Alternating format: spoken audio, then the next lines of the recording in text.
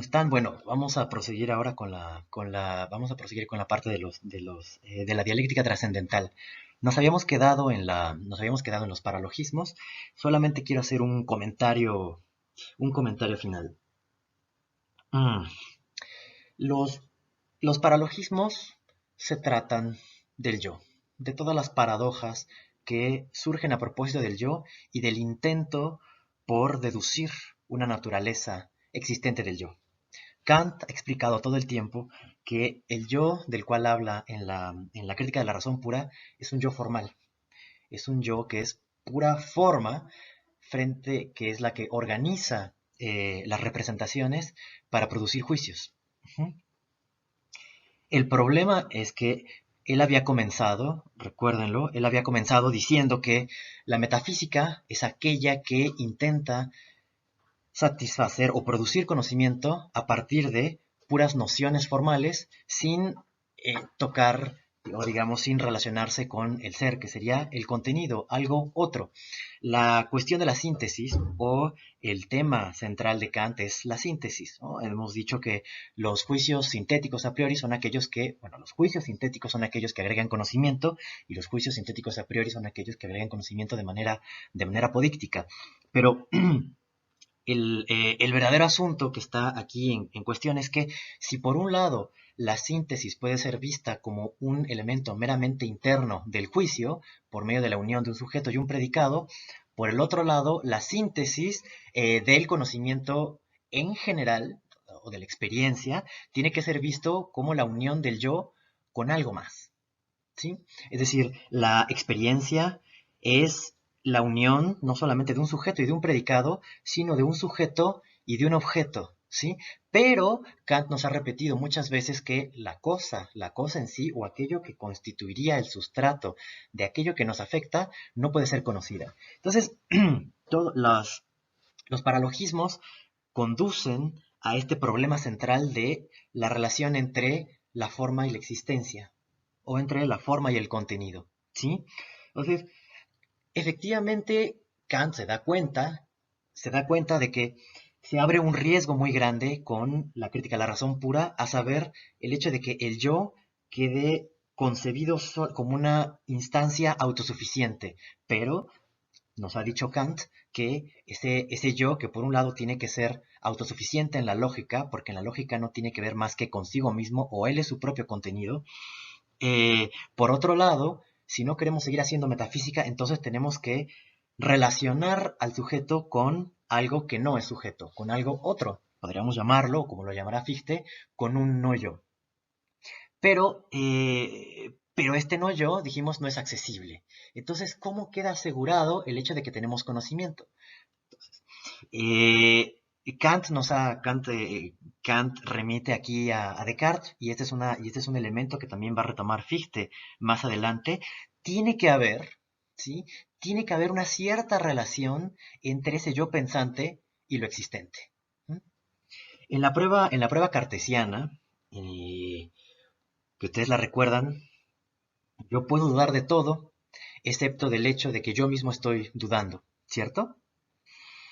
El hecho mismo de que yo estoy dudando constituye una evidencia. Entonces, ¿una evidencia de qué? Del yo, es decir, de su propia actividad dudante. Dudar significa, es un modo del pensar. Entonces, cuando yo dudo, me doy cuenta de que yo estoy pensando, ¿sí? Pero, y este es todo el punto, este es el verdadero punto problemático, es que al mismo tiempo de que yo me doy cuenta de estar dudando, este darse cuenta supone que hay alguien que existe que está dudando, ¿cierto? En otras palabras, yo no puedo suponer un acto si no supongo una existencia. En otras palabras, yo no puedo decir yo estoy dudando si no digo que, si no relaciono ese estar dudando con el hecho mismo de ser. Dicho aún con otras palabras, cuando digo pienso luego existo, o pienso por lo tanto existo, quiere decir el hecho de que yo esté pensando requiere como una suposición el que haya alguien dudando. Y ese haber, ese hay, significa ser. existe alguien dudando. Entonces, lo que va a hacer más adelante Fichte, pero que es un problema que ya encuentra Kant, es que ese eh, sum, por lo tanto soy, no está aclarado, ¿sí? No está aclarado en qué sentido existo yo. Entonces, ¿cuál es el gran problema? ¿Cuál es el gran problema en el yo, en Kant? Eh, que por un lado, ese yo puede ser solamente, o a ver, el yo solamente puede ser empírico o trascendental. El yo empírico, que es la forma en la que yo me intuyo a mí mismo, que es como entendería Kant la percepción cartesiana, es meramente empírica y por lo tanto no nos suministra un conocimiento verdadero sobre la naturaleza última del yo. En otras palabras, cuando yo me apercibo de mi sentido interno, todo lo que pasa por mi mente, por mi cabeza, cuando yo me veo a mí mismo pensando o me veo pasando de una representación a otra, ese no es el yo trascendental, ese es el yo empírico. Y el yo empírico puede ser tratado como cualquier otro objeto. Está en el tiempo, sí, y los objetos del sentido externo estarán en el espacio, pero en sentido estricto no es de naturaleza diferente. Entonces, las cosas y el yo son de la misma naturaleza cuando son considerados desde el punto de vista empírico. Ahora, eso quiere decir que empíricamente yo no me puedo conocer o el yo no se puede conocer a sí mismo. Por tanto, no es. O la existencia del yo está limitada al fenómeno y no remite a la existencia del yo trascendental. Ahora, ¿el yo trascendental existe o no existe?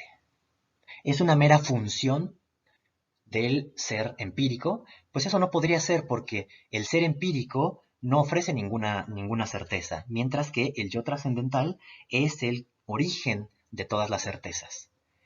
Pero entonces, ¿dónde está ese yo trascendental? ¿O cómo se instancia ese yo trascendental? Es una capacidad que tenemos nosotros, pero ¿cómo es que algo empírico podría tener una capacidad trascendental? ¿No? Entonces, ese yo trascendental tampoco puede ser conocido, porque Kant nos ha dicho es una mera forma. Entonces, lo que nos dice no es que no podamos saber esas formas o no podamos conocer las operaciones de ese yo trascendental. Lo que está diciendo es que no sabemos ese yo trascendental cuál es su modo de existencia. Si el yo trascendental pudiera intuirse a sí mismo, entonces tendría ser. Sería algo para alguien, sería algo para sí mismo. Y ese va a ser el movimiento de Fichte. Este ser para sí mismo significaría autoconciencia. Y Kant nos habla efectivamente de la unidad trascendental de autoconciencia. En realidad es de percepción, pero que es una autoconciencia. Pero es una autoconciencia no empírica, es decir, es algo que sucede en un nivel no temático. Y esto nos conduce a una idea muy extraña y es el hecho de que la autoconciencia en Kant es inconsciente. Entonces, para ver a dónde nos conduce esto, uno, el yo, si existe, es decir, si aparece, si es fenómeno, entonces no es el yo, no es el yo trascendental, no es el verdadero sujeto. Y el verdadero sujeto, ese no aparece. El sujeto, si lo queríamos decir así, se fenomenaliza, ¿sí? Pero al fenomenalizarse se pierde, se extravía. Entonces el yo no existe, ¿sí? O no puede ser contado como algo realmente existente. Esto es del lado del yo. Del lado de la existencia de las cosas, del lado de la existencia de las cosas, hemos dicho que Kant es un idealista trascendental, pero es un realista empírico. Eso quiere decir que si por un lado Kant afirma que solamente podemos conocer las cosas tal como son para nosotros, o de un modo eh, acorde a nuestro propio modo de conocer, nuestra constitución trascendental. Por el otro lado, Kant no puede defenderla o está en contra de defender la autosuficiencia de ese sistema trascendental, es decir, de esa red de conceptos y categorías. Tiene que haber algo otro, ¿sí? Pero ese algo otro tiene un estatuto problemático porque ya hemos dicho que tiene un estatuto problemático porque ya hemos dicho que la cosa en sí no la podemos conocer. Entonces, ¿cómo podemos asegurar el hecho de que conocemos las cosas realmente y no de que estamos, otra vez, como en el caso de, como podría parecer como sucede a veces en el caso de Descartes, estar en el riesgo de una mera alucinación y que por lo tanto la dialéctica trascendental no solamente concierna al mal uso de los conceptos puros del entendimiento, sino a toda la experiencia. En otras palabras, que toda la experiencia sea una ilusión trascendental. Entonces, las cosas externas tienen, tienen que afectarnos. Pero si yo digo que una cosa externa es la causa de una representación interna, entonces estoy usando la causa de manera metafísica, no como un concepto, hay que decir que esté dentro de mí, sino como algo que liga de manera metafísica el yo con el no yo. Cuando Kant nos ha dicho que la causa es un concepto meramente intrasubjetivo, es decir, una categoría que nosotros aplicamos a las representaciones para establecer relaciones de anterioridad y posterioridad con algún grado de necesidad.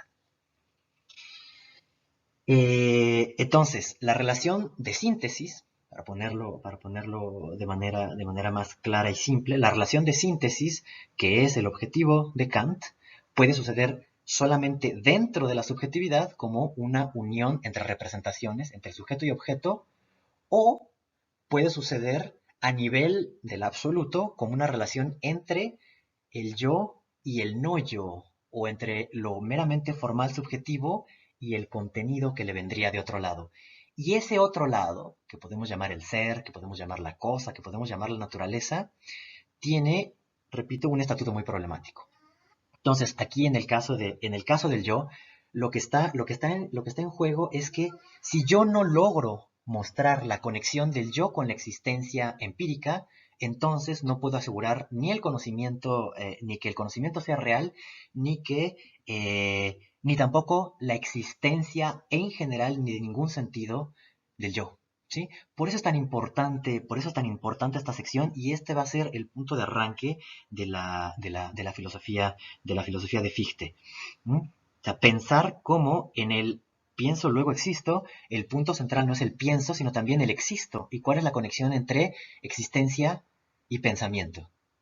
Porque en el caso de Kant parece que hay un divorcio, pero al mismo tiempo una exigencia de síntesis. Pero síntesis que no se termina de explicar porque no se ve cómo se puede acceder realmente a las cosas, ni tampoco se ve cómo el yo puede tener una existencia para sí mismo.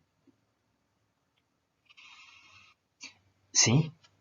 Ahora, es por eso que en los paralogismos Kant nos ofrece una refutación del idealismo. Porque él sabe el riesgo que hay de que la crítica de la razón pura se convierta otra vez, en metafísica, es decir, en algo vacío. ¿Sí? Entonces dice él, la prueba de la refutación del idealismo va más o menos así. Eh, yo, cuando tengo una experiencia de algo. La experiencia de algo tiene una constancia. Entonces, ¿de dónde viene esta constancia? No puede venir de mí mismo, ¿sí? Sino que tiene que venir de algo más. Que la cosa esté o no esté no depende de mí, sino depende de la cosa misma. Cuánto dure la cosa depende de la cosa misma y no de mí. Entonces, en la propia intuición, que las cosas duren requiere suponer una especie de sustancia. Y la sustancia es lo que dura. Pero vean el problema. Aunque no si acudimos a esta idea de sustancia, resulta que nos metemos en un problema porque la sustancia es un concepto puro del entendimiento. Por lo tanto, mera forma. Y aquí lo que estamos haciendo es suponer que hay algo allí que dura, es decir, algo que permanece y que le daría a las intuiciones su duración, su consistencia y su soporte.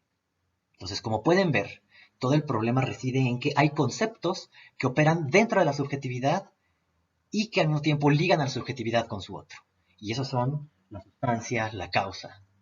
Y esto pone en riesgo el proyecto kantiano, porque si hay conceptos que están operando de forma trascendente y de forma inmanente, entonces resulta que hay conceptos diagonales y que hacen falta estos conceptos diagonales que finalmente nos den una unidad entre pensamiento y existencia, sujeto y objeto. De otro modo, quedaría siempre la empresa de conocimiento eh, en riesgo. ¿Por qué? Porque el conocimiento, por más apodíctico que pueda ser, nunca, nunca estaríamos en claro o nunca estaríamos realmente seguros de que ese conocimiento es de las cosas y no una producción nuestra. Y por el otro lado, ese yo tiene de alguna forma que tener acceso a sí misma, a sí mismo para poder operar, es decir, necesita una existencia para sí mismo para poder operar y realizar la síntesis, ¿sí? Pero ese yo, como no puede ser consciente, entonces, ¿en dónde está? ¿Qué es esta autoconciencia que no es del todo consciente? ¿Qué es esta cosa en sí que es accesible y que nos toca pero que no podemos conocer? Entonces, estos son todos los problemas esos todos son los problemas que suscitan en la crítica de la razón pura y que tienen que ver con la forma en la que Kant ataca a la metafísica. Pero parece ser que la metafísica, en ese sentido, no solamente es un pensamiento que se engaña a sí mismo por aplicar mal los conceptos, sino que tiene una necesidad ahí de probar, y esto es por lo cual Kant siempre insiste en que son ilusiones necesarias. Nosotros tenemos siempre la necesidad de ligar el pensamiento con la existencia, ¿sí? Pero creo que la lección de Kant es que nunca podemos ligar la existencia con el pensamiento de forma apodíctica, sino que eso permanece problemático. No podemos separar el ser del pensamiento, pero tampoco podemos encontrar la regla eh, que los une. Y eso me parece lo más importante de los paralogistas. Ahora entramos al siguiente punto, que son las antinomias de la razón pura. Si los paralogismos tenían que ver con el yo y las relaciones entre su sustancialidad y su operatividad, o las funciones puramente formales del yo, y y la pregunta sobre el modo de existencia, si es sustancial o no es sustancial, o cómo se une el yo empírico con el yo trascendental. Las antinomias conciernen ahora al mundo. En cuanto En cuanto a preguntas sobre el mundo, hay que tener en claro que no se trata de preguntas sobre la naturaleza como fenómeno, no son preguntas científicas, sino son preguntas sobre la naturaleza última de la naturaleza, o la naturaleza última del mundo. Si tiene un inicio o si tiene un final, son modos en los cuales nosotros preguntamos por la totalidad, ¿sí? Entonces, aquí aparece alguna suerte de ibris en la cual nosotros tratamos de sobrepasar los límites de la experiencia, que siempre es finita y fragmentaria, y queremos ofrecer explicaciones últimas y totales sobre series que siempre nos serán incompletas. En otras palabras, nosotros en el pensamiento siempre reclamamos pensar hasta las últimas consecuencias. Siempre a partir de los fragmentos queremos pensar la totalidad. Siempre a partir de una serie queremos dar el elemento primero y el elemento último. Siempre a partir de lo disperso queremos dar la regla última de síntesis. Y lo que dice Kant es que estos, el paso al límite, el origen, el final, la totalidad, y todo esto tiene que ver con el infinito, y ahora veremos cómo, son efectivamente exigencias de nuestra propia razón, pero que no las podemos cumplir con el material empírico. Con el material empírico nosotros podemos ver, por ejemplo, relaciones de causalidad de manera finita. Podemos ver que A causa B y B causa C y C causa D, pero no más. No podemos decir si antes de A hay una causa primerísima, en sentido empírico, ni tampoco podemos decir cuál es la causa final. En otros términos, si bien nosotros podemos hablar de causas en la ciencia, nosotros no podemos hablar de causa en sentido metafísico. ¿Y qué es hablar de causa en sentido metafísico? Hablar de una causalidad primera. Por ejemplo, el primer motor. O, por ejemplo, un primer principio que es causa de sí mismo, como en el caso de Spinoza, ¿sí? No hay una causa primera metafísica o no podemos pensar legítimamente o no podemos considerar que sea conocimiento el hecho de reflexionar sobre una causa primera. Lo podemos pensar, desde luego lo podemos pensar, pero eso no constituye conocimiento y mucho menos una serie de razonamientos apodícticos. Entonces, ¿qué es una antinomia? Bueno, lo leo, es un conflicto de conocimientos aparentemente dogmáticos, ¿sí? Tesis con antítesis, en el que no se concede mayor plausibilidad a ninguna de las dos posiciones. Es decir, son dos juicios, ¿sí? Que se pretenden verdaderos, los dos, pero que los dos son igualmente plausibles. Lo que produce eso son tesis contradictorias, o sí, tesis contradictorias sobre el mundo, pero que son indecidibles. Yo no puedo tomar una decisión de cuál es verdadera y cuál es falsa, sino que las dos parecieran ser igualmente verdaderas. Entonces, ¿cuál es el problema con una antinomia? Que eso produce una contradicción en la razón, o una contradicción de la razón consigo misma, eh, y el objetivo de Kant es mostrar por qué surge una contradicción y cuál es el modo de superar esa contradicción tal que la razón pueda reconciliarse y desterrar, si lo quieren decir así, y desterrar la contradicción de su fuero. Entonces, esta es la definición de una antinomia. Ahora, una antinomia trascendental es una, como estábamos diciendo, contradicción de la razón consigo misma. Todas las citas que le estoy leyendo son citas de Kant y estos diagramas con extractos de la crítica a la razón pura. Entonces dice Kant, una antinomia trascendental es una contradicción de la razón consigo misma donde propone tesis igualmente defensibles, pero incompatibles. ¿Sí? Es decir, se propone una tesis sobre el mundo que afirma A, otra tesis que afirma no A, es decir, son incompatibles, pero los argumentos a favor de ambas tesis resultan igualmente convincentes.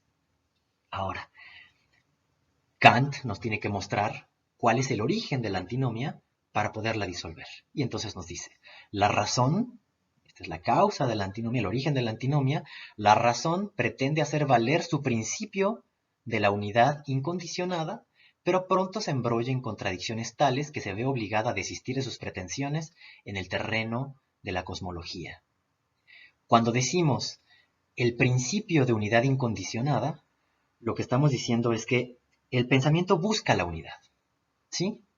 Pero esa unidad, si quiere generar conocimiento, tiene que aplicarse a lo empírico. Y como lo empírico es finito, entonces solamente se pueden crear pequeñas unidades de conocimiento, pequeñas fórmulas o pequeños campos de conocimiento. Ahora, la razón quiere, y esto es de lo que hemos hablado muchas veces, Kant parece ponerle a la razón deseos, ¿no?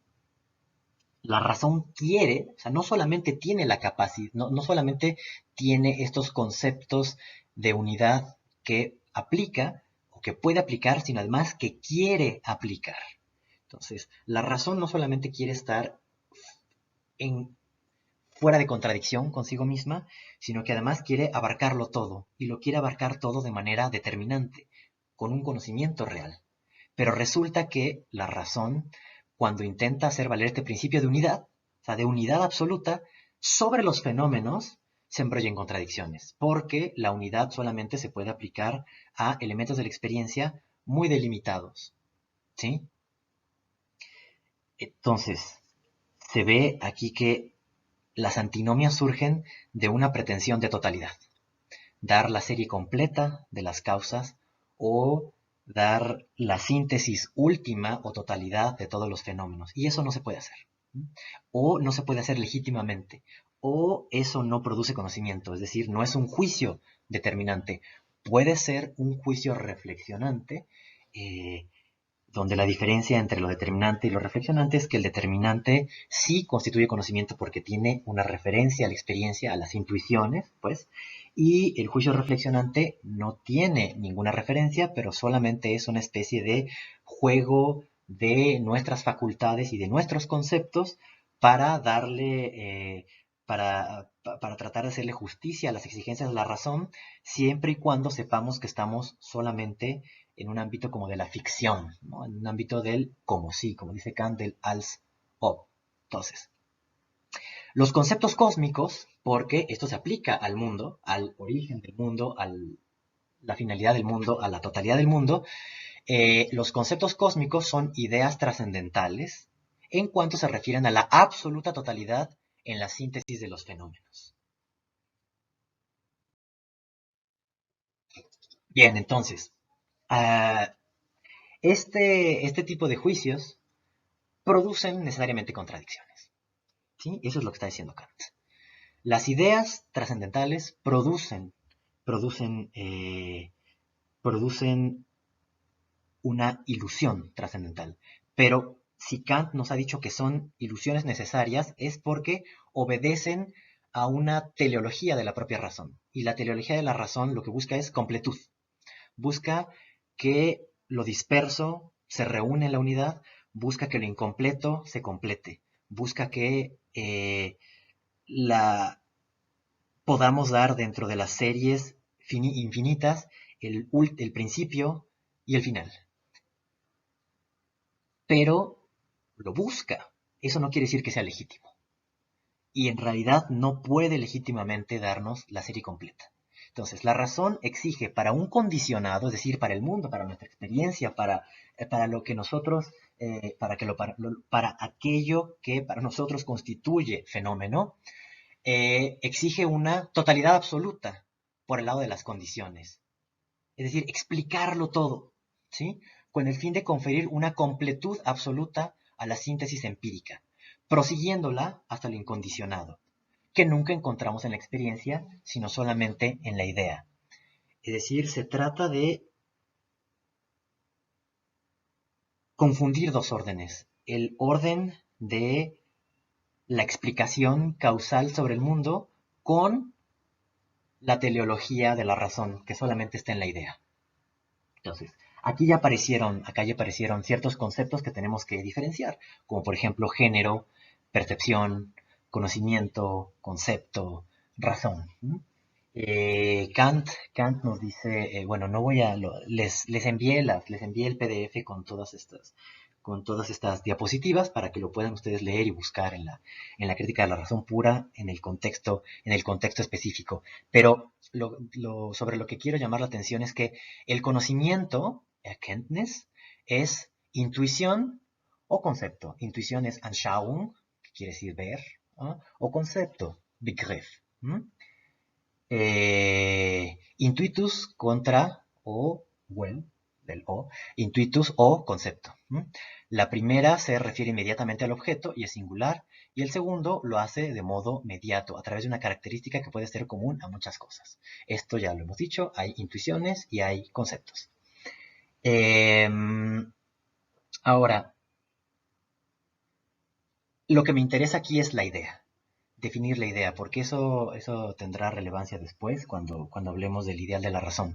Dice, un concepto, Begriff, que esté formado por nociones, notio, y que rebase la posibilidad de la experiencia es una idea. Es decir, lo que tenemos, todo lo que nos aparece en la dialéctica trascendental son ideas, ¿sí? Son ideas legítimas. Pero la ilusión surge cuando nosotros queremos gobernar el mundo empírico por la idea, o creer que es posible explicar el mundo empírico a partir de una idea. ¿Por qué? Porque la idea, por su naturaleza, en tanto que pide lo infinito y en cuanto pide la totalidad, rebasa la experiencia. ¿Sí? Entonces, las ideas son solamente estas exigencias últimas de la razón, exigencias de totalidad que nosotros no podemos cumplir de forma empírica en el conocimiento. Entonces se llaman ideas o conceptos de la razón, ¿no? Vernunftsbegriffe. Entonces, cuáles son las antinomias, ¿no? A ver, antes de poder explicar esto, hay que distinguir los conceptos de mundo y naturaleza. Porque, dice, el primero, o sea, mundo significa el todo matemático de todos los fenómenos y la totalidad de su síntesis, en lo grande como en lo pequeño, es decir, tanto en el desarrollo de la misma por composición como por división. ¿Sí? Ese mismo mundo es denominado naturaleza en la medida en que lo consideramos como un todo dinámico, no atendiendo al agregado de espacio-tiempo para producirlo como magnitud, sino a la unidad en la existencia de los fenómenos. En otras palabras, el mundo, aquí para Kant, significa su tratamiento meramente matemático, meramente formal. Por ejemplo, en términos de series, en términos de continuidad, en términos de divisibilidad, o continuidad, discontinuidad, finito, infinito. Es decir, son todas aquellas consideraciones matemáticas sobre el espacio y el tiempo que nos den la naturaleza última del mundo. En cambio, la naturaleza es aquello que nosotros consideramos en tanto que existente. ¿Sí? Lo primero, el tratamiento matemático, tiene que ver con la magnitud, ¿no? Con la magnitud, con el quantum. La segunda tiene que ver con el modo en que existen realmente las cosas y cómo las conocemos. Entonces, la palabra mundo significa en sentido trascendental, es decir, el uso que conduce a paradojas, o bueno, que conduce a ilusiones trascendentales, que en última instancia nos lleva a paradojas insalvables,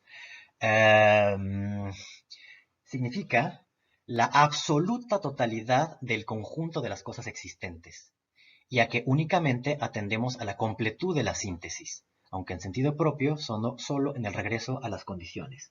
Es decir, lo que nosotros buscamos con el mundo, con la idea del mundo, es la absoluta totalidad. Pero significa también confundir o aplicar el modo de pensar el mundo, a partir de su matemática, con el modo de pensar la naturaleza, que es realmente lo existente. Es decir, tratar matemáticamente lo existente y creer que con eso estamos conociendo realmente el mundo. Pero ojo, no lo que estoy diciendo no es tratar matemáticamente el mundo como los juicios sintéticos a priori, lo cual es perfectamente legítimo, sino utilizar la matemática para lograr una totalidad empírica, totalidades empíricas, cuando la totalidad es un concepto incondicionado, mientras que el empírico siempre estará condicionado. Ahora, por lo que se refiere a la distinción entre el incondicionado matemático y el incondicionado dinámico, al que apunta el regreso, este regreso a las condiciones, este pensarlo primero, llamaría a los dos primeros conceptos cósmicos en el sentido estricto del mundo en lo grande y lo pequeño, y conceptos trascendentes de la naturaleza a los segundos. En uno tratamos matemáticamente, exigimos lo incondicionado del mundo matemáticamente, y en el otro exigimos algo del orden de la idea de lo empírico en cuanto a su existencia real. ¿Sí? Ahora leeremos cuáles son las cuatro antinomias y veremos en qué sentido se entiende esto. Entonces, recordemos, como siempre, que tanto los paralogismos como las antinomias se derivan del mal uso o del uso ilegítimo o incorrecto de las categorías. Entonces, por lo tanto, así como había cuatro paralogismos que surgían de las cuatro categorías, ¿no? De los juicios según la cantidad, la cualidad, la relación y la modalidad, también habrá cuatro antinomias derivadas también del uso ilegítimo, ahora no en el caso del yo, sino en el caso del mundo, en el uso ilegítimo de estas categorías, cantidad, cualidad, relación y modalidad, respecto a la naturaleza del mundo, porque queremos exigir la totalidad de las condiciones a algo que solamente se nos puede dar de manera finita y limitada. Entonces, las cuatro antinomias serán así. Uno, según la cantidad, la absoluta completud de la composición del conjunto dado de todos los fenómenos. ¿Sí? Es decir, la posibilidad de reunir todos los fenómenos en uno solo, en una gran totalidad. Según la cualidad, es la absoluta, o la antinomia que resulta de aplicar la categoría de cualidad de forma ilegítima al mundo, es la absoluta completud de la división de un conjunto dado en la esfera del fenómeno. Es decir, si el mundo tiene partes o no, si es divisible al infinito o no, si es simple o compuesto. Son el tipo de preguntas que surgen. La tercera antinomia es la absoluta completud del origen de un fenómeno en general. Esto es la relación, o en otras palabras, dar la causa primera. Decir cuál es el origen absoluto del mundo. Y número 4, la absoluta completud según la modalidad, la absoluta completud de la dependencia de la existencia de lo mudable en la esfera del fenómeno. Ya veremos qué significa. Casi siempre el 4, el de modalidad más complicado, pero finalmente tiene que ver con finalmente veremos,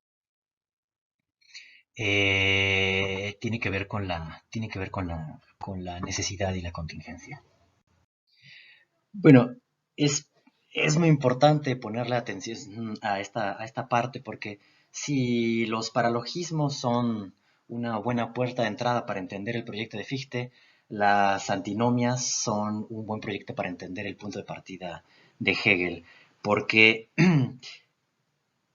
Kant lo que está diciéndonos es que los conceptos no se pueden aplicar a los conceptos, sino que los conceptos se aplican a las intuiciones. Pero Hegel, todo el proyecto de Hegel consistirá en mostrar cómo los conceptos se engendran unos a otros cuando se aplican a sí mismos, es decir, por recursión. Y por lo tanto, la recursividad, es decir, la aplicación de conceptos a otros conceptos, lejos de ser una actividad estéril y que conduce a contradicciones triviales, más bien es el modo en el cual se generan la totalidad de los conceptos. El proyecto hegeliano, y adelanto un poco de cosas porque, bueno, por el semestre no podemos entrar en detalles y no quiero que se vayan sin tener ciertas ideas o ciertas claves de lectura para sus futuros encuentros con el idealismo alemán. Para Kant, para Hegel, las contradicciones son necesarias, pero no son estériles, es decir, no son explosivas, sino que habría que discutir qué tipo de contradicciones son, pero parece ser que efectivamente ciertos conceptos están constituidos por oposiciones de otros conceptos, ¿no? Y que autoconciencia, para pensar la autoconciencia en un sentido histórico y no en un sentido solamente estático, como es el caso de Kant, lo que nosotros tenemos que mostrar es el inicio o el origen de las propias categorías, ¿no? Que al parecer Kant nos ofrece como dadas, pero que si uno muestra las relaciones recíprocas que existen entre las categorías, resulta que hay relaciones de orden y que nosotros obtenemos unas categorías a partir de otras justamente cuando las aplicamos a sí mismas, es decir, por recursión. Y que en ese sentido, la razón regida por la idea, en este sentido kantiano de totalidad, sería la forma en la cual este yo aplica sus categorías a sí mismo y eventualmente se aplica o se relaciona a sí mismo como forma y como contenido, como sujeto y como objeto, y por recursión es como se produce a sí mismo históricamente. Pero bueno, eso solamente es una pequeña nota entre paréntesis y no debe desviarnos de las antinomias. Entonces vamos a ver en qué consisten las cuatro antinomias. La primera, que vimos que según la cantidad, tiene dos tesis, ¿no? Eso constituye la antinomia, una tesis y una antítesis eh, que se ofrecen con el mismo grado de plausibilidad, pero que no pueden ser ciertas las dos al mismo tiempo si atendemos al principio de no contradicción. Entonces dice, la tesis es, el mundo tiene un comienzo en el tiempo y con respecto al espacio está igualmente encerrado entre límites. La antítesis dice, el mundo no tiene comienzo, así como tampoco límites en el espacio, es infinito, tanto respecto del tiempo como del espacio. Entonces, bueno, como ven, aquí tenemos un tratamiento matemático, porque lo que estamos preguntando es por el origen. Ahora, por el origen, claro, ese es el límite en el tiempo, y por los límites tanto espaciales como temporales. Entonces, el argumento a favor de la primera tesis es que si el mundo no tuviera un comienzo, entonces una serie infinita de fenómenos habrían transcurrido para cada instante dado, eh, pa- eh, dan- eh, o- bueno, ahí hay algunos errores, habrían que hacerlo dándonos una serie infinita de estados sucesivos, pero tal serie no puede ser nunca determinada. O sea, yo solamente puedo determinar algo si tengo relaciones de causa y efecto, ¿no? O de condiciones y de lo condicionado. Si yo tengo un fenómeno y eso me remite a una causa anterior, entonces, bueno, esa causa anterior me permite definir el efecto, pero esa causa a sí mismo queda indeterminada. Entonces necesito ir más atrás para explicar esa causa. Y entonces, si yo no tengo un origen determinado, entonces todo el mundo permanece indeterminado. Ahora, la segunda prueba de la antítesis. A ver, si el mundo no tuviera un comienzo, ah, entonces ni tampoco límites en el espacio. A ver, fíjense cómo todo, aquí se avanza por reducción al absurdo, ¿no? Si hay una tesis y la prueba consiste en que, bueno, si suponemos lo contrario, entonces se probaría que algo es imposible, ¿no? Entonces, igualmente aquí, ¿no? Entonces, la antítesis dice que el mundo no tiene un comienzo, es decir, es eterno y además ilimitado. Si hubiera un límite, si hubiera un punto exterior, entonces tendríamos algo fuera del tiempo y fuera del espacio, y entonces tendríamos que suponer un tiempo y espacio vacíos, ¿sí? Anteriores. Pero, ¿cómo podría surgir algo de un tiempo y un espacio vacíos si de la nada nada surge? Y esto remite repito, esto conduce al absurdo como nos muestra en la parte de la sensibilidad, al absurdo de suponer un tiempo y un espacio subsistentes o existentes en sí mismos. Entonces, bueno, como pueden ver es que resulta tan impensable el origen como la eternidad. La eternidad lo que anula es la causalidad, porque entonces nunca tenemos una causa definida, ni tampoco tenemos un primer principio, ni tampoco tenemos una primera serie, y entonces parece que no se dejan determinar las cosas. Por el otro lado, si intentamos determinarlas desde un punto exterior, entonces resulta que tenemos que pensar algo anterior al tiempo, por ejemplo, ¿qué había antes de que las cosas estuvieran en el tiempo? Y entonces, bueno, entramos en una contradicción porque intentamos pensar más allá de lo que se puede dar justamente en espacio y tiempo, ¿no? Esto eventualmente a lo que conduce es un problema de las condiciones en general, las condiciones primeras para explicar algo. Y también, y en este sentido, Kant acierta en la naturaleza matemática de esta primera antinomia. Esta antinomia eventualmente nos conduce a problemas en la matemática y en la fundación de la matemática. Esto no solamente concierne al mundo, sino que proviene las antinomias en general provienen de la autorreferencia.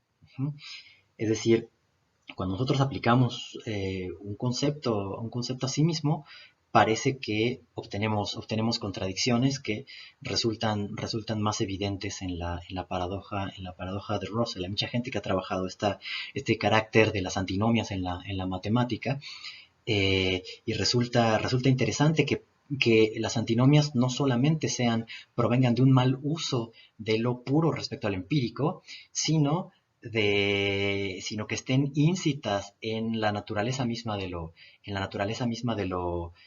de lo formal, en cuanto lo formal buscaría explicitarse a sí mismo. Es decir, las antinomias no solamente surgen de una exigencia de totalidad cuando nosotros aplicamos un concepto a lo empírico, obteniendo la totalidad, sino también cuando aplicamos los conceptos a los conceptos. Por ejemplo, si yo quiero explicar el origen del tiempo, es decir, si someto la categoría tiempo a la propia temporalidad, entonces resulta que no puedo explicarlo, porque para poder explicar el origen en general necesito ya la categoría de tiempo. Y esto es un tema, ahora solamente tenemos que decirlo de forma muy general, pero resulta que muchos de los proyectos de fundación y de fundamentación, filosófica y también matemática, eh, terminan incurriendo en este tipo de circularidades. Es decir, yo no puedo nunca dar un origen primero, es decir, un fundamento primero de las cosas, sin supuestos. Entonces, en otras palabras, las explicaciones últimas sobre las cosas o los conceptos últimos parece que no son últimos, sino que tienen a su vez sus propios supuestos, de tal manera que la empresa filosófica siempre está condenada a no poder ofrecer más que fundamentos parciales o estar siempre regresando y poniendo a posteriori lo que ella considera que debería ser a priori, ¿no? Bueno, la siguiente antinomia es la de la cualidad. La tesis dice: toda sustancia compuesta consta de partes simples y no existe más que lo simple o lo compuesto de lo simple en el mundo. La explicación, ahora doy directamente la explicación, es que si lo compuesto no constara de partes, pues evidentemente no sería compuesto, ¿no? Ese es un juicio analítico. Y si no hay partes tampoco, entonces no hay nada. No puedo suprimir la composición, y si lo hago, siempre queda algo. Por tanto, solo hay entidades simples y la composición resulta exterior. Entonces, a ver, nosotros podemos decir algo muy simple y es comenzar con... Hay dos tipos de sustancias, las simples y las compuestas, ¿no? Algo compuesto está hecho de sustancias simples, ¿no? Evidentemente. Si no, no sería compuesta. Y si eso simple lo pudiera dividir, pues entonces siempre tendría yo que necesito una sustancia simple, un elemento último, es decir, un átomo, atome, algo que no puede ser dividido, porque si no, entonces no quedaría nada. Entonces tiene que haber algo que detenga la divisibilidad infinita de las cosas. Esto es el principio del atomismo, ¿no? Y esto funciona, y les repito, este comentario sobre la matemática y sobre otros, y sobre otras perspectivas filosóficas es que esto no solamente concierne a la cosmología, sino esto concierne a la naturaleza misma de lo matemático, ¿no? Es decir, la idea de la condicionalidad o de algo primero, en el caso de la antinomia recién vista, y el caso de la divisibilidad infinita o no de las cosas, ¿no? Es decir, si hay elementos últimos o si hay átomos numéricos, hay átomos de la experiencia, hay átomos conceptuales, hay átomos lógicos. Aparecería que si nosotros queremos comprender analíticamente el mundo, hay ciertos elementos últimos y el propio Kant tiene una analítica trascendental porque una explicación requiere siempre de elementos los cuales se combinan ciertas reglas y luego por construcción o por composición nos permiten explicar entidades de otro orden, ¿no? De otro orden de complejidad. Ahora, la antítesis en esta antinomia es que ninguna cosa compuesta consta de partes simples y no existe nada simple en el mundo. Porque si lo compuesto consta de partes simples, dichas partes deben ocupar un espacio, pero el espacio está hecho de espacios, no de partes. Y entonces lo elemental debe estar hecho de partes del espacio, lo cual es contradictorio. O sea, si nosotros decimos, no, miren, es que hay átomos, ¿sí? Hay átomos, pero un átomo significa algo extenso, ¿sí? Y resulta que si es extenso, entonces ocupa un espacio, ocupa un lugar en el espacio. Pero ese espacio sí que es divisible. Entonces, eso que resulta la unidad última está en otro sitio que sí es divisible. ¿Mm?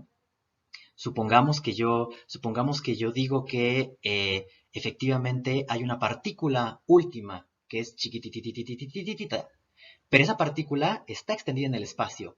Entonces, quiere decir que de alguna manera está compuesta porque está compuesta de partes del espacio. O sea, el espacio sigue siendo una condición de la aparición o de la existencia de esa cosa, y entonces resulta que habría partes más simples del espacio que esos átomos. Y como eso no es posible, entonces entramos en una contradicción y eso probaría que no hay nada simple. Entonces, como ven aquí, repito, lo que estamos viendo es si algo puede ser pensado cuando es infinitamente dividido o si necesitamos elementos últimos, ¿sí? Y les digo, esto es el problema de lo continuo y lo discontinuo, y eventualmente nos remite, por ejemplo, a la relación entre los números naturales y los números reales.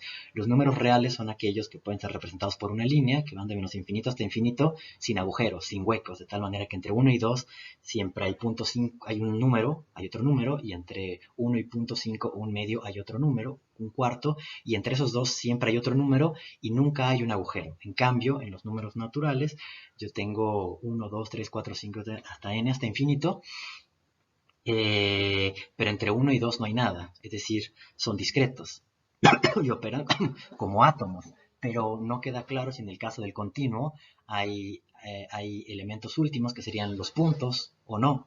Entonces, estos son el tipo de cuestiones que Kant está viendo y que efectivamente conducen a contradicciones, pero que no solamente se limitan a la naturaleza, a la aplicación de los conceptos puros del entendimiento a la naturaleza, sino que también, se los digo, están dentro de la propia naturaleza de lo matemático, ¿no? O son grandes problemas de lo matemático y del pensamiento formal en general.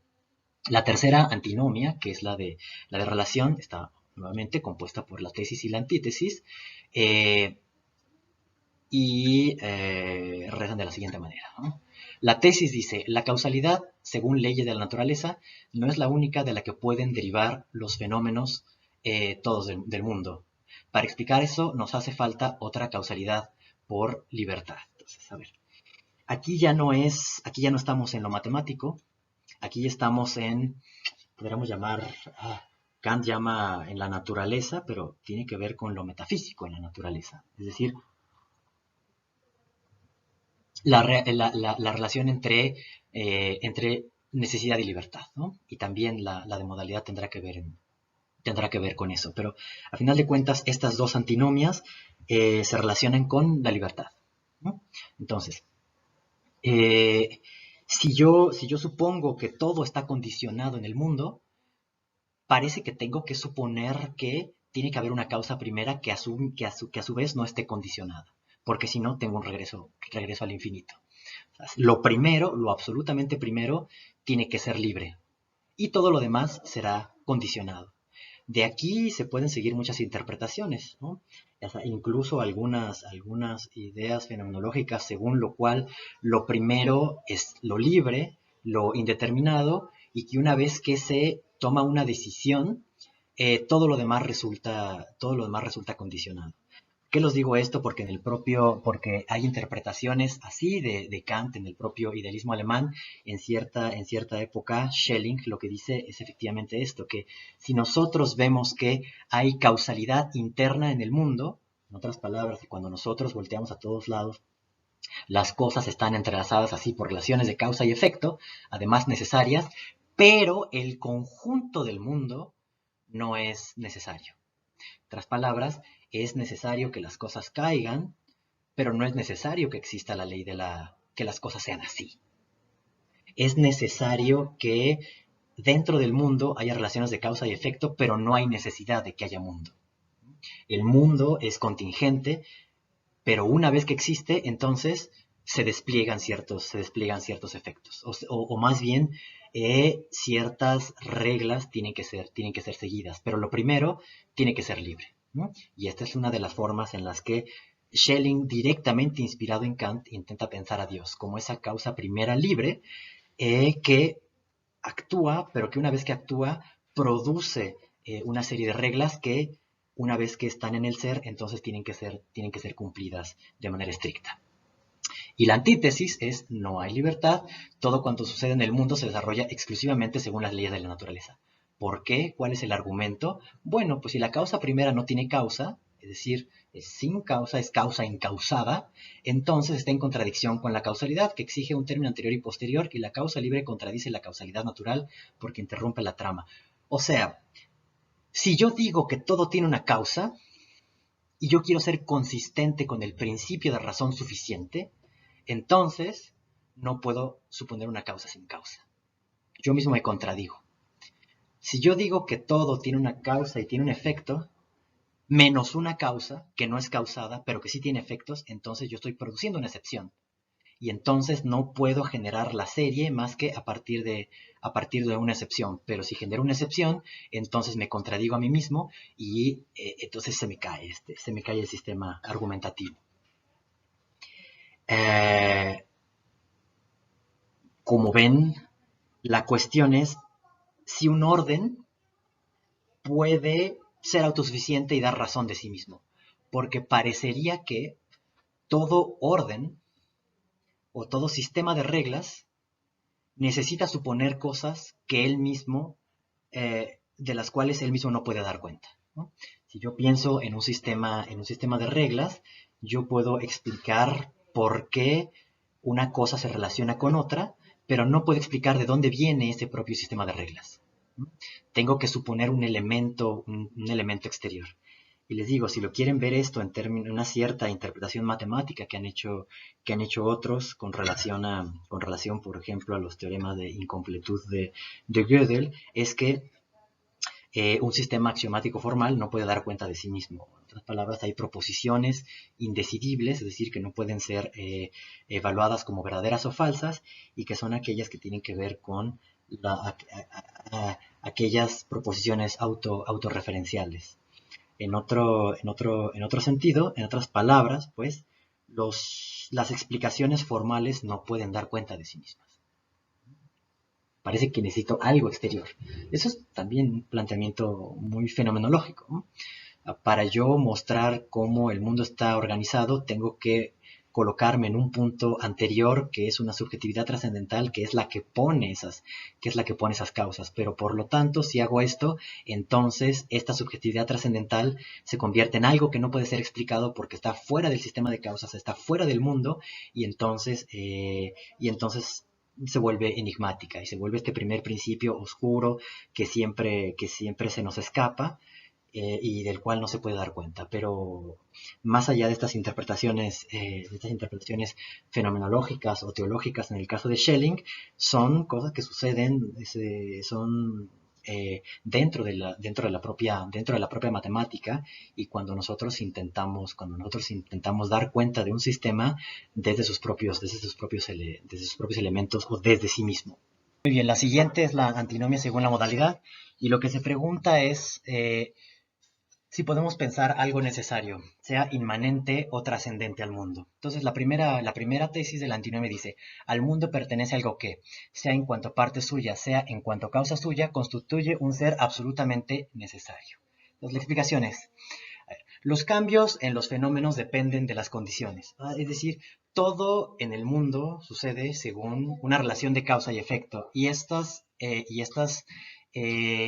hacen, y bueno, dice Kant, todo lo que sucede, sucede según alguna razón. Es decir, tiene que haber algo necesario, algo incondicionado dentro de lo propio condicionado, algo que ordene todo lo condicionado.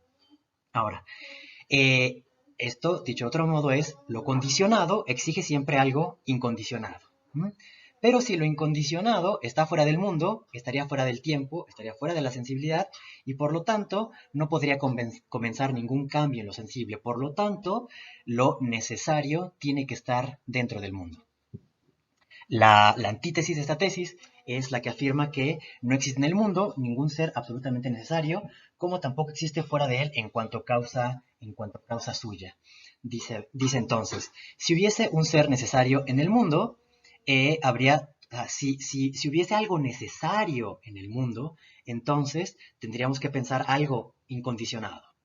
Pero algo condicionado no puede estar en el espacio y el tiempo. Entonces, Si no está en el espacio y en el tiempo, entonces no podría funcionar como una causa interna dentro del mundo que está siempre desplegado en tiempo y espacio. Entonces, por lo tanto, no puede haber nada necesario, ¿no? Es decir, si nosotros decimos que tiene que haber algo necesario dentro del mundo, resulta que pedimos algo que esté dentro del mundo, pero que esté, o sea, que esté en tiempo y espacio, pero que al mismo tiempo tenga que ser anterior a tiempo y espacio. Ahora, si nosotros lo que queremos, lo que decimos es que todo es contingente dentro del mundo, excepto el mundo en su conjunto, es decir, como totalidad, realmente estamos injustificados a hacerlo porque no se puede concluir la necesidad de un todo cuando no hay ninguna necesidad, donde no hay ninguna necesidad en sus partes. Entonces, lo interesante, lo verdaderamente interesante aquí es que un primer principio que nos explique la necesidad parece que tiene que ser al mismo tiempo inmanente y trascendente. Tiene que ser inmanente para que opere en el mundo, pero tiene que ser trascendente para ser un principio, porque un principio se define precisamente por el hecho de no estar en el mundo, por estar por encima del mundo, es decir, por ser incondicionado. Los primeros principios desde la metafísica aristotélica, los arcae, son aquello que está íncito en el mundo, pero que de alguna manera, como se terminó estableciendo en el nombre metafísica, aunque no lo había puesto Aristóteles, es algo que está más allá de lo físico, gobernándolo como su principio, como su logos. Pero al mismo tiempo, este logos que gobierna las cosas no queda claro en dónde está, porque si produce efectivamente los seres, entonces tiene que estar dentro del mundo. Entonces se entiende el problema, ¿no? El principio de explicación metafísico de los seres, el logos, tiene que ser trascendente para ordenar para ordenar el mundo o lo intramundano, pero al mismo tiempo tiene que ser inmanente, porque tiene que estar en el mundo. Esto podría incluso aplicarse con ciertas reservas a la propia diferencia ontológica. A la diferencia ontológica lo que separa es al ser del ente, ¿cierto? El ente es aquello intramundano y el ser es aquello trascendente que funciona como condición de posibilidad, según su interpretación, de toda comprensión. Pero resulta que si es cierto que lo incondicionado debe reglar lo condicionado, entonces tiene que ser de la misma naturaleza. O sea, el ser tiene que operar en los mismos términos que el ente para que algo pueda operar como condición. Pero al mismo tiempo, para no confundirse con el ente, entonces tiene que ser trascendente. Eso quiere decir que todas las diferencias trascendentales entre, por ejemplo, entre lo empírico y lo trascendental, eh, o producen siempre este problema. Y aunque Kant lo está mostrando aquí, parece que en el caso de la cosmología racional, parece que también se aplica a su propia filosofía, en el sentido de que si tenemos una subjetividad que es pura forma, y que se aplica a algo exterior, entonces nosotros tenemos que decir cómo estamos justificados a que esa forma se aplique a algo que es de una naturaleza distinta. ¿Mm? Y es lo que opera con los principios. Entonces Kant intenta salvar eso con una especie de agnosticismo. Y es el doble agnosticismo de la cosa en sí y de la subjetividad trascendental. Precisamente para no incurrir en estos problemas, se abstiene de decir algo sobre la naturaleza de lo en sí y sobre la naturaleza de la subjetividad trascendental. Pero como veremos, eso, o más bien como estamos viendo, eso lo que produce es una cierta insatisfacción y una cierta incompletud en el sistema. Y no solamente se trata de una incompletud debida a que la prudencia kantiana nos llame a no traspasar los límites de la experiencia posible, sino que parece ser que la propia intención de Kant de ofrecernos las condiciones completas para el conocimiento no son completas.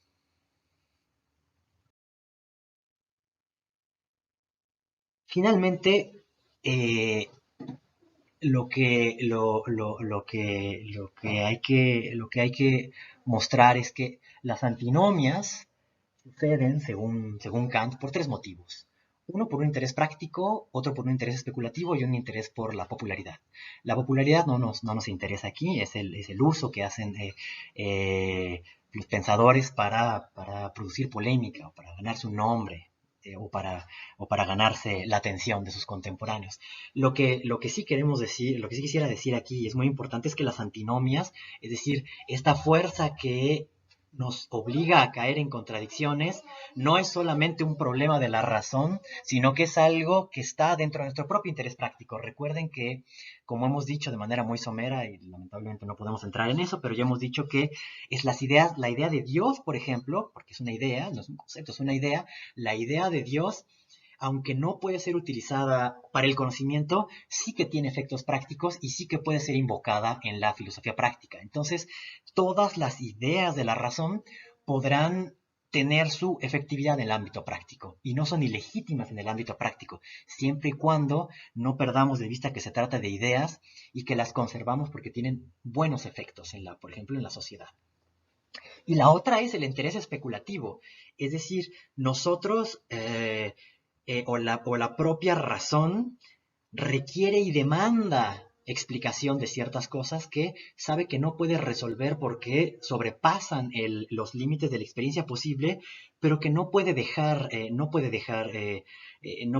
sin responder porque su propia naturaleza se lo permite. Y eso es lo verdaderamente interesante, que la especulación esté justificada o no, um, forma parte de las propias posibilidades. Podríamos dar una metáfora. Si Kant nos dice, por ejemplo, que nosotros podemos ir conociendo el mundo cada vez más de manera sintótica, pero nunca lo podemos conocer completamente, esto en términos de la razón práctica nos dice que nosotros podemos suponer nuestra perfectibilidad si, o sea, nosotros, a ver, hay una antinomia a la razón práctica que es nosotros nunca podemos poner en perfecta concordancia nuestras inclinaciones con el deber, ¿no? Pero nosotros nos podemos perfeccionar progresivamente y si hubiera un tiempo infinito, entonces eso finalmente se tocaría. Es decir, la síntota eventualmente tocaría el eje X, por ejemplo, ¿no? Tenemos una asíntota de esta clase. En otras palabras, lo que está haciendo Kant en la crítica a la razón práctica, es decir, supongamos que nuestra alma es eterna. Si lo suponemos, entonces podríamos pensar que la perfectibilidad eventualmente se cumple hasta el punto de lograr el sumo bien en el cual nuestras inclinaciones coincidan con el deber. Y el deber y el placer sean exactamente uno. Eso significa un paso al límite. En términos matemáticos significa dar el valor límite, tocar el límite y no vivir solamente en la síntota. Entonces, bueno, esto es lo que hace la especulación, pero como vemos, la especulación filosófica tiene también intereses prácticos y en esa especulación se deciden también cosas del orden de la existencia humana. Entonces, por eso es que resultan importantes y no se trata de renunciar a la metafísica, sino de continuarla con un sentido, si quieren ustedes, ficcional, pero de la cual dependen cosas fundamentales como nuestra existencia práctica. Y finalmente, la tercera parte de la dialéctica trascendental es el ideal de la razón, ¿no? Y es la parte que corresponde a Dios. Ya vimos que sabemos que los tres grandes temas de la metafísica eran el alma, el mundo y Dios. El alma estaba tratada en la psicología racional, ¿no? Este es el lenguaje que utiliza Wolff y que toma Kant, ¿no? El último gran metafísico, Wolff, no Kant. La segunda parte de la dialéctica trascendental era ese tratamiento que hace la metafísica del mundo como cosmología racional, y ahora se trata del tratamiento de Dios. Ahora, esta es una cita de Kant, dice, mediante los conceptos puros del entendimiento, prescindiendo de todas las condiciones de la sensibilidad, no podemos representar objeto alguno. Sin embargo, pueden ser presentados en concreto si los aplicamos a fenómenos, ya que es en estos donde encuentran la materia para constituirse en conceptos empíricos, ¿no? Esto es lo que ya sabemos. Las ideas, que ya lo adelantamos un poco en las antinomias, las ideas las ideas en cambio se hallan todavía más alejadas de la realidad objetiva que las categorías. Las categorías son vacías, pero se pueden planificar si son referidas a intuiciones. Pero las ideas no. Las ideas nunca pueden ser planificadas y las ideas nunca pueden ser puestas en correspondencia con la intuición. Entonces, las ideas se hallan todavía más alejadas de la realidad objetiva que las categorías que eventualmente podemos aplicar, ya que no podemos encontrar ningún fenómeno que permita representarlas en concreto. ¿No? Recuerden que por medio del esquematismo siempre podemos presentar una categoría inconcreto, es decir, en un ejemplo empírico. Pero no hay nada empírico en lo cual se pueda encarnar, ¿sí?, o instanciar una idea. Las ideas contienen cierta completud a la que no llega ningún conocimiento empírico posible. Otra vez es lo incondicionado, pero aquí en la forma de la totalidad. Con las ideas, la razón persigue tan solo la unidad sistemática, es decir, su propia unidad, a la que intenta aproximar la unidad empírica posible. Nosotros buscamos maximizar la unidad empírica y la unidad de la experiencia y de nuestro conocimiento, pero esta unidad siempre va a estar muy alejada de la unidad que nos presenta o hacia la que apunta la idea de la razón, la idea de la razón pura. Entonces, ¿en qué consiste? Entonces, este ideal, lo define Kant, entiende por la idea no solo inconcreto, sino individuo, o sea, es decir, ya como idea trascendental, perdón, como ilusión trascendental, es cuando la idea no solo inconcreto, sino individuo, es decir, una cosa singular que es únicamente determinable o incluso determinada a través de la idea. Lo que para nosotros constituye un ideal era Platón una idea del entendimiento divino. La razón humana no solo contiene ideas, sino también ideales que, a diferencia de los platónicos, no poseen fuerza creadora, pero sí fuerza práctica, y la perfección de determinadas acciones encuentra en ellos su base de posibilidad. Entonces, otra vez, ¿qué significa el ideal de la razón pura? Bueno, pensar que existe algo así como Dios y que esto nos daría acceso a un conocimiento arquetípico. Recuerden, aquí la referencia, si en los paralogismos la referencia era Descartes y en las antinomias la referencia, bueno, es la metafísica clásica Wolff y Leibniz en particular. En este caso, no solo, pero quizás serían los más evidentes. En este caso, la referencia es Platón, ¿sí? Entonces aquí se trata de caracterizar el pensamiento humano como arquetípico o como derivado. Entonces, dice, así como la idea ofrece la regla, así sirve el ideal de la razón pura en este caso, como arquetipo de la completa determinación de la copia. Es decir, el conocimiento arquetípico de las cosas. Y los arquetipos, recuerden, son en el caso de Platón lo que se dice es que hay una diferencia entre el original al cual tendría acceso un pensamiento divino y la copia a la cual estamos condenados nosotros. Entonces, la idea de Dios es esta posibilidad de conocimiento de las cosas y del mundo por medio de arquetipos, es decir, como son en sí mismas a partir de sus esencias. Entonces, dice Kant, no poseemos otra guía de nuestras acciones que el comportamiento de ese hombre divino que llevamos en nosotros, con el que nos comparamos, a la luz del cual nos juzgamos y en virtud del cual nos hacemos mejores, aunque nunca podamos llegar a ser como él. Es decir, Kant dice que efectivamente hay algo divino en nosotros. No podríamos tener ideas de la razón si no hubiera algo divino en nosotros. Pero eso no nos justifica hablar de la existencia de Dios, ni tampoco justifica a creer que nosotros tendríamos o aspiraríamos a un conocimiento divino de las cosas, a un conocimiento absoluto de las cosas o un conocimiento arquetípico de las cosas. Entonces, dice Kant, nosotros tenemos un ideal y ese ideal es aquello con lo cual nosotros confrontamos nuestra finitud y hacia el cual nosotros queremos tender. Pero es un error confundir uh, lo que nosotros empíricamente hacemos en el conocimiento con ese ideal. Porque a lo que eso conduce es a la ilusión de que podemos conocerlo todo o de que nuestro conocimiento sería absoluto. En relación con lo que se haya contenido en él, todo concepto es indeterminado y está sometido al principio de la determinabilidad, según el cual solo uno de cada par de predicados opuestos entre sí contradictoriamente puede convenir al concepto. Esa idea del conjunto de toda posibilidad, entendido como condición en la que se basa la completa determinación de cada cosa, es a su vez indeterminada en relación con los predicados que entran en tal conjunto. Es decir, nosotros tenemos ideas. Las ideas son indeterminadas y solamente las determinamos de manera parcial en nuestro conocimiento.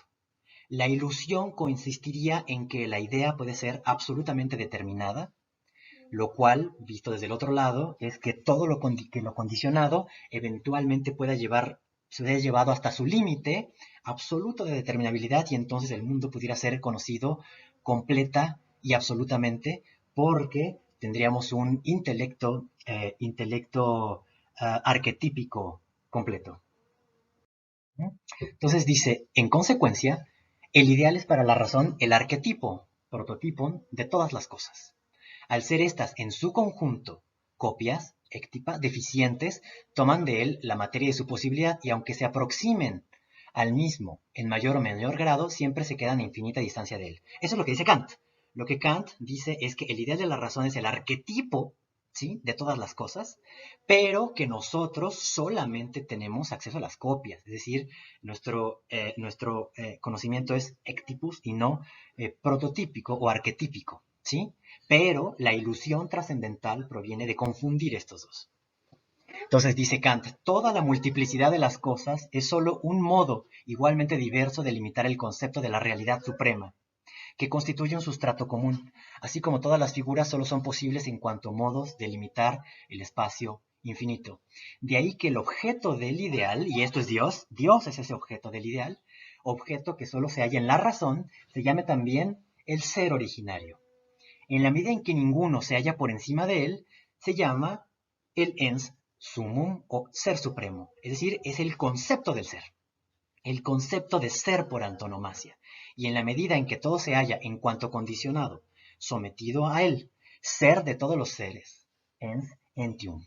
Pero todo ello no significa que exista una relación objetiva entre un objeto real y otras cosas, sino la relación entre una idea y unos conceptos. Todo ello nos deja en una ignorancia total acerca de la existencia de un ser de perfecciones tan extraordinarias. Si nosotros podemos suponer que existe este ser que conoce todas las cosas tal como son, ¿m? Pero esta suposición solamente se sigue de un ideal de completud que tenemos nosotros, ¿no? Un ideal de completud de conocimiento, una idea de completud de las cosas en nuestro conocimiento. Sin embargo, no podemos afirmar ni que semejante ser exista, ni que nosotros tengamos acceso a su conocimiento, ni mucho menos que nosotros podamos abogarnos ese derecho y por lo tanto determinar absolutamente todo lo ente en una, de manera, es decir, adquirir un conocimiento completo de una totalidad de las cosas en las cuales no quepa ninguna determinación adicional. Por lo tanto, el ideal es indeterminado, pero siempre determinable. Y esta es la condición de la razón. Ella misma aspira a algo indeterminado, pero que es infinitamente determinable o determinable. Entonces, si la idea es indeterminada y lo mundano es determinable, entonces a lo que estamos, la condición de la razón es estar siempre viviendo en algo a lo que aspira, pero que no sabe exactamente cómo es, simplemente se busca la unidad y la reconciliación consigo misma, busca un absoluto y ese absoluto está de alguna manera en la racionalidad humana, pero nuestra condición finita nos obliga siempre a tener que instanciar como una copia o de una manera parcial, derivada e insuficiente, aquello a lo que aspiramos. En otras palabras, lo que se presenta para nosotros siempre va a quedar muy detrás de aquello a lo que aspiramos. Y bueno, estas son en términos generales estas son en términos generales los términos en los cuales se produce en las cuales se expone la dialéctica trascendental, y con esto damos por concluida la somera revisión de la crítica de la razón pura. En los dos videos que restan trataré de dar una pequeña visión de lo que sucede en la era postkantiana y la recepción del kantismo, sobre todo con miras a decir un par de cosas de Hegel para que no quede completamente vacío. Bueno, muchas gracias.